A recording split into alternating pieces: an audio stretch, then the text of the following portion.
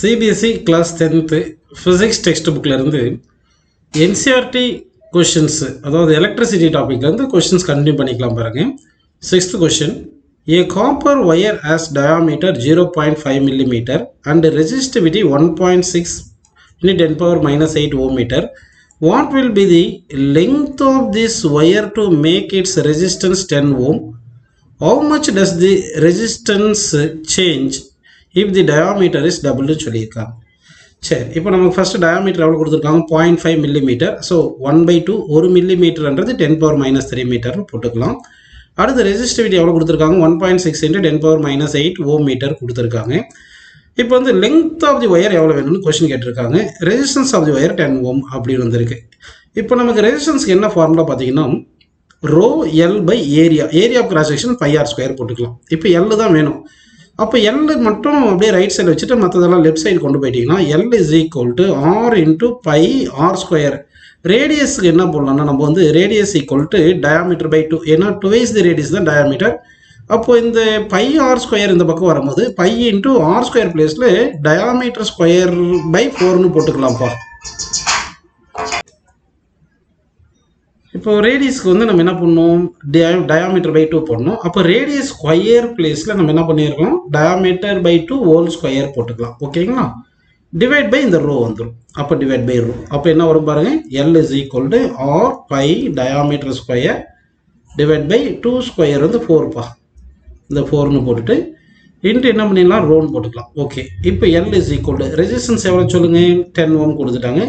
By வந்து 3.141 இல்லைன்னா 22/7 போட்டுக்கலாம். நம்ம 22/7 கூட போட்டுக்கலாம். ஓகேங்களா, இன்ட்டு டயாமீட்டர் எவ்வளோ கொடுத்தாங்க, 1/2. So 1/2 into 10 power minus 3, diameter 1/2 into 10 power minus 3 whole square போட்டுக்கலாம். டிவைட் பை இந்த 4 இருக்குது, அடுத்து ரெசிஸ்டிவிட்டி இருக்குது. ஸோ 4 இன்ட்டு ரெசிஸ்டிவிட்டி எவ்வளோ, 1.6 இன்ட்டு 10 power minus 8பா. ஓகே, இந்த 10 power minus 3 ஸ்கொயர் பண்ணி எழுதணும்னா தனியாக வந்து 10 power minus 6ன்னு இருக்கும். சரிங்களா, 10 power minus 6 எழுதிக்கலாம். டினாமினேட்டரில் இந்த ரெசிஸ்டிவிட்டி இருக்குது இல்லையா, இது ஒரு 10 power minus 8 இருக்குது, அது ஒரு 10 power minus 8 எடுத்துங்க. மற்றதெல்லாம் எழுதுங்க. இங்கே என்ன பண்ணலாம், 10 இருக்குது, இங்கே 22 இருக்குது. கரெக்டாக, அப்போது 10 into 22 220 அப்படின்னு போட்டுக்குங்க. Length equal to divide by என்ன இருக்குது, இங்கே 4 இருக்குது, இங்கே ஒரு 1.6 இருக்குது. அடுத்து இங்கே ஒரு 2 ஸ்கொயர் வந்து ஒரு 4 இருக்குது. அப்போது 4 into 1.6 into ஒரு 4.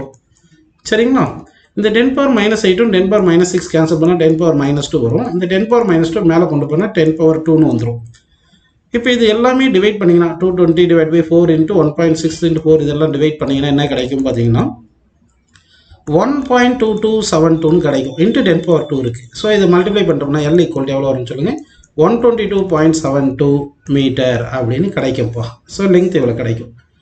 சரி, அடுத்து பாருங்கள், how does the resistance changes if the diameter is doubled அப்படின்னு சொல்லியிருக்காங்க. சரிங்களா, நம்ம டயாமீட்டரை டபுள் பண்ண போகிறோம் அப்படின்னா ரெசிஸ்டன்ஸ் ஈக்குவல் என்ன ஃபார்முலா பார்த்தோம், இங்கே ரோ எல் பை πr². அப்படின்னா ரோ எல் பை மாற்ற போகிறதில்ல, ரேடியஸை தான் மாற்ற போகிறோம். கரெக்டுங்களா, அப்போது resistance directly proportional to 1/r². கரெக்டுங்களா, r² பிளேஸில் என்ன பண்ணலாம், டயாமீட்டர் பண்ணோம், ரேடியஸ் பிளேஸில் டயாமீட்டர் பண்ணால் d/2 வரும். அப்போ என்ன வரும், டைரக்ட்லி ப்ரொபோர்ஷனல் 1/d²/4. இந்த 4 மேலே போயிடும். 4 கான்ஸ்டன்ட் தானே, அப்போ resistance inversely proportional to d² போட்டுங்க. இப்போ என்ன பண்ணிடுறோம், டயாமீட்டர் வந்து டபுள் பண்ணிட்டோம். அப்போ டயாமீட்டர் டபுள் பண்ண போகிறோம். அப்படி எப்படி எழுதுகிறோம் பாருங்கள், இங்கே எழுதுகிறேன் நான்.